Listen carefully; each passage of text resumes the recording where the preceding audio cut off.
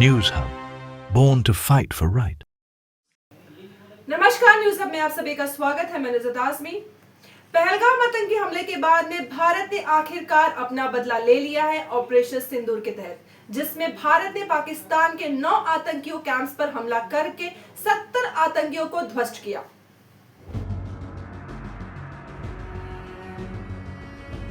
भारतीय सेना ने ऑपरेशन सिंदूर के तहत पाकिस्तान और पाकिस्तान ऑक्युपाइड कश्मीर के 9 आतंकी कैंप्स पर 24 मिसाइल स्ट्राइक किए। ये कार्रवाई 1:05 से 1:30 बजे सुबह सिर्फ 25 मिनट में की गई, जिसमें लश्कर तालिबान और जैश-ए-मोहम्मद के गढ़ों मुरीद के और बावलपुर को टारगेट बनाया गया। इस ऑपरेशन में 70 से ज्यादा आतंकी मारे गए हैं और 60 से अधिक लोग घायल हुए हैं। ये स्ट्राइक्स 22 अप्रैल को पहलगाम जम्मू एंड कश्मीर में हुआ आतंकी हमले के जवाब में की गई है, जिसमें 26 लोग शहीद हुए थे, जिसमें एक नेपाली नागरिक भी शामिल था। इस ऑपरेशन में 9 आतंकी कैंप्स को टारगेट किया गया, जिसमें सयालकोट, मुजफ्फराबाद, कोतली, भीमबर और मुरीद के बवालपुर पाकिस्तान शामिल थे। डिफेंस मिनिस्ट्री का स्टेटमेंट, मिनिस्ट्री ने कहा कि ऑपरेशन फोकस्ड है मेजर्स और नॉन एस्केलेटरी था। भारत ने सिर्फ ऐसे लोकेशंस को टारगेट किया है जहां से हमारे देश पर आतंकी हमले प्लान और डायरेक्ट किए जा रहे थे। हमले के बाद प्रधानमंत्री नरेंद्र मोदी जी ने राष्ट्रपति द्रौपदी मुर्मू को ऑपरेशन के बारे में ब्रीफ किया और कैबिनेट मीटिंग में इसे गौरव का पल बताया। उन्होंने कहा, जो जिम्मेदार हैं उन्हें छोड़ेंगे नहीं, उन्हें धरती के कोने कोने तक ढूंढ के सजा देंगे। हमले के बाद जानते हैं शहीदों के परिवारों की प्रतिक्रिया।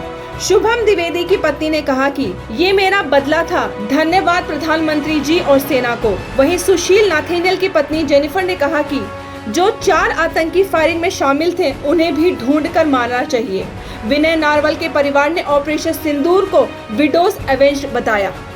हमले के बाद में जैश-ए-मोहम्मद चीफ मसूद अजहर ने पीटीआई को बताया कि इस ऑपरेशन में उसके 10 परिवार के लोग इंक्लूडिंग उनकी बहन, पत्नी, भांजी और भांजे और 5 बच्चे मारे गए।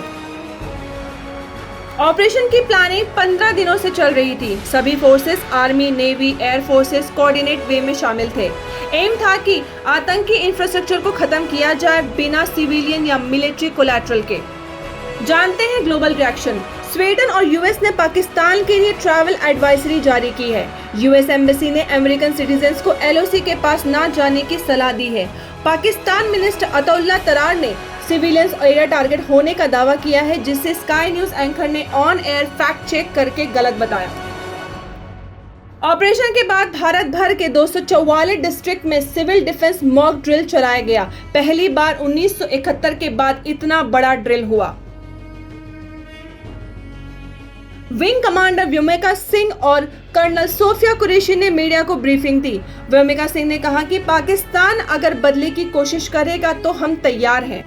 प्रधानमंत्री ने अपना Europe tour Croatia, Norway, Netherlands postpone किया है। कांग्रेस ने इमरजेंसी मीटिंग बुलाई है, सेना के एक्शन को सपोर्ट किया है। होम मिनिस्टर अमित शाह ने सभी बॉर्डर स्टेट्स के चीफ मिनिस्टर और डीजीपीज के साथ में मीटिंग बुलाई है।